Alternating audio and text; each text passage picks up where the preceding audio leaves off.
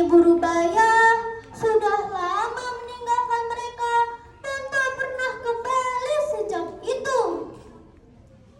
Malin Kundang dan ibunya hidup sederhana, berbekal berjualan kue di pasar untuk memenuhi kebutuhan sehari-hari. Kelak, jika aku sudah besar, aku ingin merantau. Aku harus mengubah nasib, kata Malin Kundang suatu hari. Saat menginjak masa remaja, sebuah kapal yang besar merapat di pantai. Malin terkagum-kagum memandangnya. Hari itu juga ia pamit pada ibunya untuk ikut ke dalam kapal itu. Ibu Rubaya semula melarangnya. "Ini kesempatan baik bagi saya, Ibu," ujar Malin Kundang. "Belum tentu setiap tahun ada kapal yang besar singgah di sini," lanjutnya. Akhirnya dengan berat hati Ibu Rubaya mengizinkannya. Air matanya berlinang saat mengantarkan Malin Kundang menaiki kapal itu. Tak lupa ia membekali 3 bungkus nasi untuk bekal di perjalanan. Saat kapal berangkat, Ibu Rubaya hanya bisa melambaikan tangannya sambil menangis hingga kapal itu menghilang di kejauhan. Bertahun-tahun berlalu dengan cepatnya. Setiap hari Ibu Rubaya memandang ke laut, berharap anaknya pulang. Tetapi tak ada kapal yang besar merapat ke pantai. Kabar Malin Kundang pun tak jelas. Ibu Rubaya pun semakin tua. Namun dengan setia ia tetap datang ke pantai setiap hari menantikan anaknya pulang.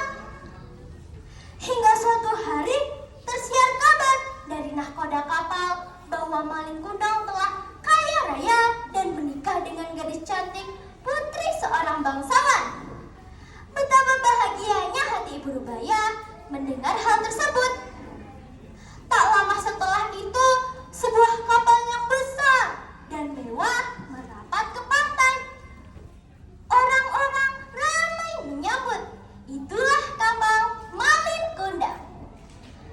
Di anjungan kapal, Malin Kundang menggandeng tangan wanita cantik berpakaian gemerlapan. Ibu Rubaya pun menguap di keramaian dan berusaha menemui anaknya. "Malin, anakku!" serunya. Namun Malin Kundang tidak mengubrisnya. Istrinya bahkan meludah ketika melihat Ibu Rubaya. "Cuy, perempuan buruk inikah ibumu? Mengapa kau bohong padaku?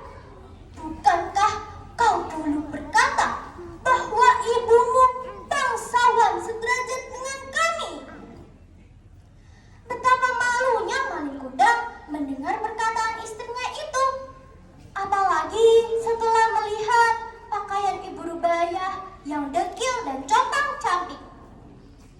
Untuk menutupi rasa malunya, ia berkata, "Bukan, dia bukan ibuku."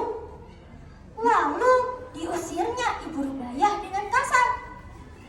"Hei perempuan dekil, nyalah kau dariku.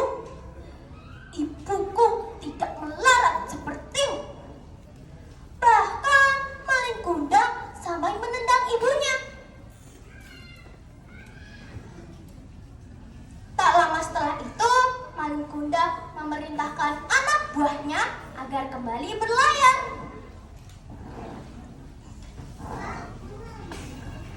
Nah teman-teman, betapa sedih hati Ibu Rubaya.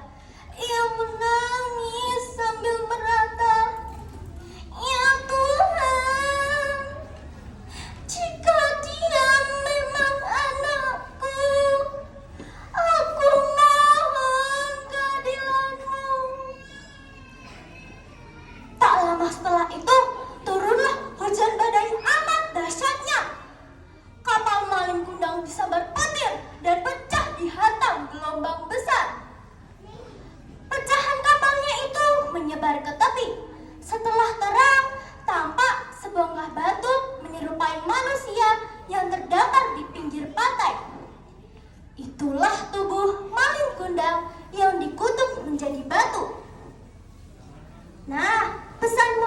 dari cerita ini adalah kita tidak boleh durhaka kepada orang tua kita, terutama ibu kita yang sudah melahirkan dan merawat kita dari kecil hingga dewasa.